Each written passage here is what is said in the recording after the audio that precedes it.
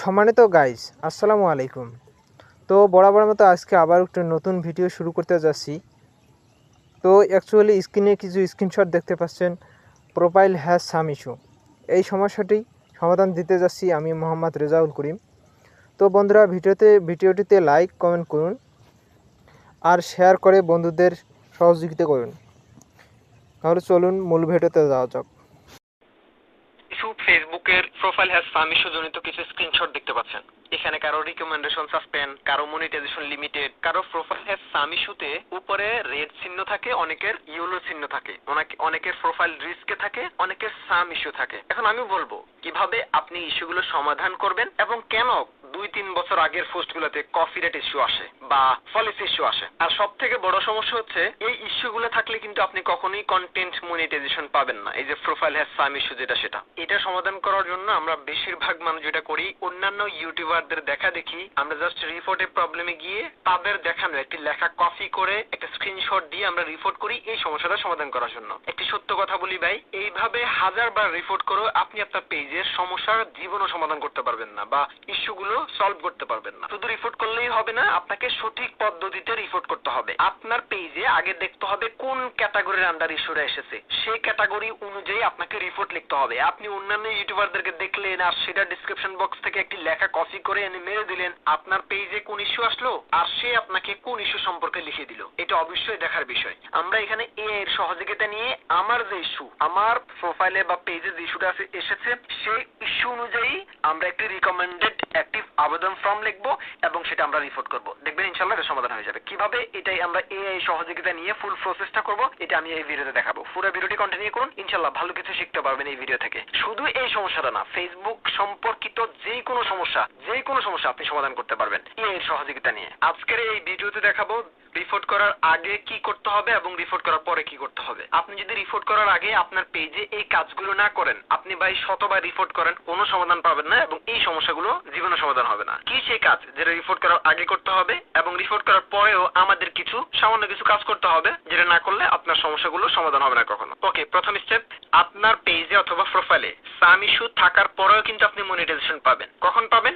যখন আপনার নিচে এই তিনটে টুলস অ্যাক্টিভ থাকবে। কোনগুলো? মনিটাইজেশন অ্যাক্টিভ দেখাচ্ছে কিনা, রিকমেন্ডেশন অ্যাক্টিভ আছে কিনা এবং মার্কেট প্লেস অ্যাক্টিভ আছে কিনা। যদি আপনার পেজে সাম ইস্যু থাকার পরেও এই তিনটে টুলস অ্যাক্টিভ দেখাবে, তাহলে আপনি 100% নিশ্চিত থাকেন আপনি মনিটাইজেশন পাবেন। এই ইস্যুর কারণে আপনার মনিটাইজেশন বাধাগ্রস্ত হবে না। এবং আরো একটি বড় সুখবর হচ্ছে, আপনার পেজে এই ইস্যু আপনি খুব সহজে একটা রিপোর্ট অথবা জাস্ট আমার দেখানো এই পদ্ধতিগুলো অ্যাপ্লাই করে আপনি সমাধান করতে পারেন। এখন বলি কারা মনিটাইজেশন পাবেন না। যারা প্রোফাইল হ্যাজ সাম ইস্যুর সাথে সাথে নিচের দিকে দেখবেন অনেকের মনিটাইজেশন লিমিটেড থাকবে, রিকমেন্ডেশন সাসপেন্ড থাকবে। হ্যাঁ, যদি এগুলো এরকম থাকে তাহলে আপনি মনিটাইজেশন পাবেন না। এখন কিভাবে এর সমাধান করবেন সেটা আমি এখন বলে দিচ্ছি। ওকে, সেকেন্ড স্টেপ, আমাদেরকে রিপোর্ট করার আগে আমাদের কোন কোন কাজগুলো আগে করতে হবে। প্রথম স্টেপ, যেটা 100% রিকমেন্ডেড, এটা আপনাকে করতেই হবে, না করলে আপনার পেজে আপনি রিপোর্ট করে কখনো সমাধান করতে পারবেন না। স্টেপটা হচ্ছে আপনাকে আগে আপনার পেজটা নিয়ে একদিন একদম নিরিবিলি একটা জায়গায় গিয়ে আপনি আপনার পেজের প্রত্যেকটা পোস্ট ভালোভাবে দেখবেন। প্রত্যেকটা পোস্ট, সেটা হতে পারে text, photo, live, reels, long video, short video, সবগুলো ভালোভাবে দেখবেন। যত ভালোভাবে দেখবেন তত আপনার জন্য ভালো। শুধু দেখবেন না, সাথে সাথে যেটাতে সমস্যা পাবেন সেটা আপনাকে ডিলিট করতে হবে। এবং আরো কোন কোন পোস্টগুলো আপনাকে অবশ্যই দেখতে হবে এবং সেগুলো ডিলিট করতে হবে সেগুলো এখন আমি আপনাকে বলে দিচ্ছি। 8টা রুলস বলবো ফেসবুকের, যে রুলস গুলো ভঙ্গ করে আপনি পোস্ট করার কারণে আপনার পেজে এই পলিসি ইস্যু এসেছে বা প্রোফাইল হ্যাজ সাম ইস্যু এসেছে, যেটার কারণে আপনি মনিটাইজেশন পাচ্ছেন না। সেই রুলস গুলো কি আমি বলতেছি, এই রুলস গুলো অথবা এই প্রবলেম গুলো যদি আপনার পেজে থাকে এক্ষুনি আপনাকে ডিলিট করতে হবে। তো চলুন সেই রুলস গুলো কি আমি আপনাকে বলে দিচ্ছি। প্রথমে যেটা দেখবেন সেটা হচ্ছে রিপিটেড কন্টেন্ট, মানে রিইউজড কন্টেন্ট যেটাকে বলা হয়। রিপিটেড কন্টেন্ট অথবা রিইউজড কন্টেন্ট কি কাকে বলে? এটা হচ্ছে মানে অন্য কারো ভিডিও আপনি যখন আপনার নিজের পেজে আপলোড করবেন, মানে অলরেডি ফেসবুকে আছে এমন ভিডিও যখন আপনি নিজে এডিট ছাড়া, কোনো ফুটেজ অ্যাড করা ছাড়া আপনি সরাসরি আপলোড করবেন, সেটাকে রিইউজড অথবা রিপিটেড কন্টেন্ট বলা হয়। এটা ফটোর ক্ষেত্রে হতে পারে, টেক্সটের ক্ষেত্রে হতে পারে, ভিডিওর ক্ষেত্রে হতে পারে। তো এই ধরনের কন্টেন্ট মানে অন্য কারো ভিডিও আপলোড করা থাকলে সেটা এক্ষুনি ডিলিট করুন। আরেকটা হচ্ছে ভায়োলেন্স অথবা ক্রিমিনাল বিহেভিয়ার। এখানে ভায়োলেন্স এবং ক্রিমিনাল সম্পর্কে আমি আপনাকে বলি। প্রথমে ভায়োলেন্স, যেটাকে বাংলায় সহিংসতা বলা হয়, মানুষের উপর আক্রমণ, মারধর, হত্যা, রক্তপাত দেখানো বা এগুলো প্রচার করা। আরেকটা হচ্ছে ফেক নিউজ এন্ড স্প্যাম। এটা যে শুধু পোস্ট করলেই আসবে বিষয়টি এমন না। আর একজনের পোস্ট করছে সেটা যদি আপনি শেয়ারও করেন এবং সে শেয়ার করা পোস্টটা যদি আপনার ফেক ইনফরমেশন হয়, ফেক নিউজ ইউজের হয় তাহলে কিন্তু আপনার সমস্যা হবে। মানে আপনি শেয়ার করলেন, পোস্ট করলেন না, এটা কিন্তু প্রবলেম হবে। অতএব স্প্যামিং করেন অথবা ফেক নিউজ শেয়ার করেন অথবা পোস্ট করেন, দুইটার দিক থেকে আপনার প্রবলেম হবে। আচ্ছা, আরেকটা হচ্ছে অ্যাক্সিডেন্টের সিসি ক্যামেরা ভিডিও। আমরা অনেকে করতেছে এটা, সিসি ক্যামেরা ভিডিও ওই যে অ্যাক্সিডেন্ট হলো সেটা আমরা আপলোড করে দিচ্ছি। এগুলো করা যাবে না ভাই। এগুলো করলে আপনার প্রোফাইল হ্যাজ সাম ইস্যু এবং রিকমেন্ডেড সাসপেন্ড, মনিটাইজেশন লিমিটেড এগুলো হতে পারে। একটা হচ্ছে কপিরাইট, এটা তো সবাই জানেন, মানে আরেকজনের ভিডিও আপনি হুবহু ডাউনলোড করে আপলোড করলেন, যদি কেউ স্ট্রাইক দেয় তাহলে ওই ব্যক্তি আপনাকে রিমুভ করা ছাড়া, ওই ব্যক্তি যদি আপনাকে রিমুভ না করে তাহলে এটা কখনোই রিমুভ হবে না, এবং এটা রিমুভ হইতো মেবি 90 দিন সময় লাগে। তারপর হচ্ছে অন্যের পোস্টে উল্টাপাল্টা কমেন্ট করা। জানেন তো উল্টাপাল্টা কমেন্ট কি? অনেকজনকে থ্রেট দিচ্ছেন, লাথি দিচ্ছেন, গুতা দিচ্ছেন, বিষ খাইতে বলতেছেন, ওই সেই হাবিজাবি নিজের কথা নিজে বলতেছেন, বলদ বলতেছেন, গরু ছাগল বলতেছেন। এই ধরনের কমেন্ট উল্টাপাল্টা করলেই ভাই আপনি ধরা খাবেন। যদি এখন আপনার পেজে আমি যে সমস্যার কথা বললাম এগুলো যদি আপনার পেজে থাকে, ভুলগুলো যদি থাকে, 100% পোস্টগুলো ধরে ধরে ধরে সবগুলো ডিলিট করেন এবং সেগুলো পার্মানেন্টলি ডিলিট করতে হবে। ওকে, পার্মানেন্টলি কিভাবে ডিলিট করতে হবে সে বিষয়টা এখন বলে দিচ্ছি। প্রথমে আপনার পেজে যতগুলো পোস্ট আছে সবগুলো এই যে এখানে 3 ডটে ক্লিক করবেন। 3 ডটে ক্লিক করার পরে মুভ টু ট্রাশ দেখতে পাচ্ছেন, এখানে ক্লিক করবেন। তাহলে আপনার পেজ থেকে পোস্টগুলো কি হবে? উধাও হয়ে যাবে। তো এখানে মুভ টু ট্রাশে ক্লিক করলে কিন্তু এটা পার্মানেন্টলি ডিলিট হলো না। তাহলে পার্মানেন্টলি ডিলিট করতে হলে কি করতে হবে? আপনাকে যেতে হবে প্রোফাইলে এই যে 3 ডটে ক্লিক করবেন, অ্যাক্টিভিটি লগে ক্লিক করবেন, এখানে দেখতে পাচ্ছেন ট্রাশে ক্লিক করবেন। ট্রাশে ক্লিক করার পরে এই যে এখানে আপনার গত 30 দিনে বা এখন পেজে যতগুলো পোস্ট হয়েছে মুভ টু ট্রাশে ক্লিক করে ডিলিট করছেন সবগুলো এখানে চলে আসছে। আপনি যেটা ক্লিক করবেন সিলেক্ট অলে ক্লিক করবেন, তারপরে এই যে এখানে 3 ডটে ক্লিক করবেন, ডিলিটে ক্লিক করবেন। ডিলিটে ক্লিক করলে এগুলো পার্মানেন্টলি আপনার পেজ থেকে ডিলিট হবে। এই হলো বিষয়। ওকে, এখন আমাদের সবকিছু ডিলিট করে আমাদের পেজটা ফুল ফ্রেশ হয়ে গেল। এখন আমরা এর সহযোগিতা নিয়ে ফেসবুকের কাছে একটা আবেদন করব, ইনশাআল্লাহ আমাদের এটা সমাধান হয়ে যাবে ইনশাআল্লাহ। ওকে, তো সর্বপ্রথম আপনাকে ফোনের প্লে স্টোর থেকে ChatGPT অ্যাপটা ইনস্টল করে নেবেন। আর যারা কম্পিউটার থেকে করবেন তারা ক্রোম বাজার অথবা যে কোনো ব্রাউজারে এসে উপরে সার্চ বক্সে ChatGPT লিখে সার্চ করবেন। তারপরে এখান থেকে অবশ্যই লগইনে ক্লিক করবেন, লগইন করে নেবেন। ChatGPT 5টা তাহলে ইউজ করতে পারবেন। সর্বপ্রথম রিপোর্ট করার আগে আপনার যে সমস্যাটা সেই সমস্যার একটা স্ক্রিনশট নিতে হবে। সমস্যাটার স্ক্রিনশট কিভাবে কোথা থেকে নেবেন? প্রথমে আপনার প্রোফাইল হলে প্রোফাইল আর পেজ হলে পেজে সুইচ করবেন। করার পরে এখানে 3 ডটে ক্লিক করবেন। ক্লিক করার পরে এই যে এখানে প্রোফাইল স্ট্যাটাস দেখতে পাচ্ছেন, আর যদি আপনার পেজ হয় তাহলে পেজ স্ট্যাটাস দেখতে পাবেন, সেখানে ক্লিক করবেন। ক্লিক করার পরে এই যে একটা ইন্টারফেস, এটা একটা স্ক্রিনশট নেবেন। ওকে, এখন আমরা এই স্ক্রিনশট দিয়েই মূলত রিপোর্ট করব।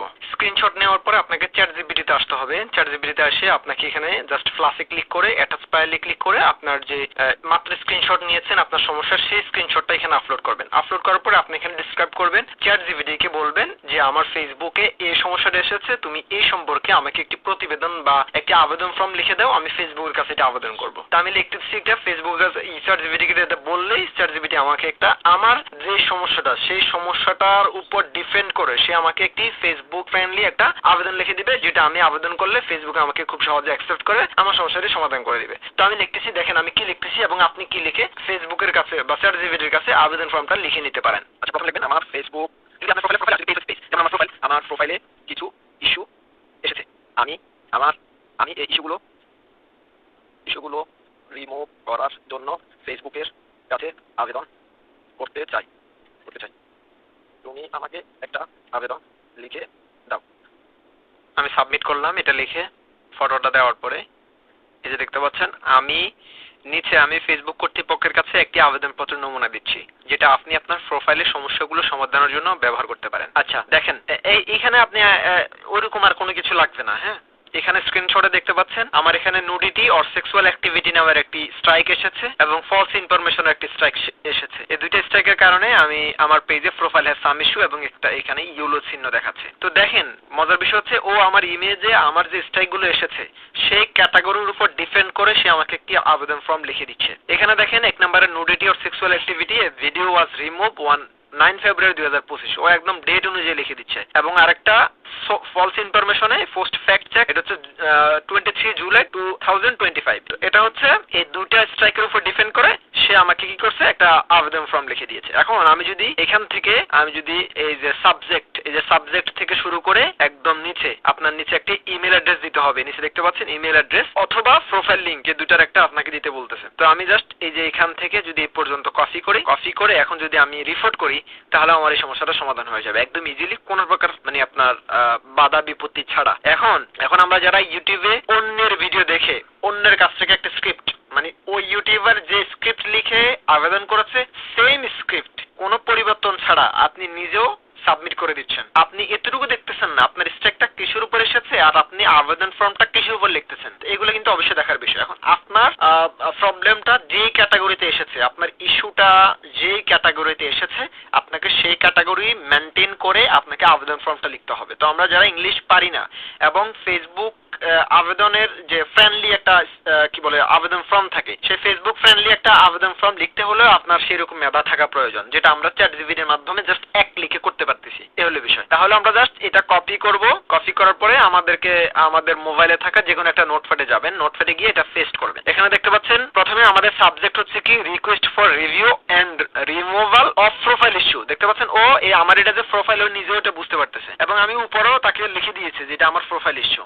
এটা আপনাকে বলে দিতে হবে। তারপরে একদম সিনসিয়ারলি এখানে আমার আইডির নাম, যদি আপনার ফেসবুক আইডির নামটা সেইখানে নাও লিখে অবশ্যই আপনার এইখানে আপনার ফেসবুক আইডির নামটা লিখবেন এবং নিচের দিকে আপনার একটি ইমেল অ্যাড্রেস দিয়ে দিবেন। এখানে ইউর ইমেল অ্যাড্রেস, তো এখানে অবশ্যই এখানে লিখবেন যে মাই ইমেল দিয়ে একটা সেমিকোলন দিয়ে এখানে আপনার ইমেলটা দিয়ে দিবেন। ওকে, মেলটা দিয়ে দিলাম। আমাদের এখন ফর্মটা হয়ে গেছে।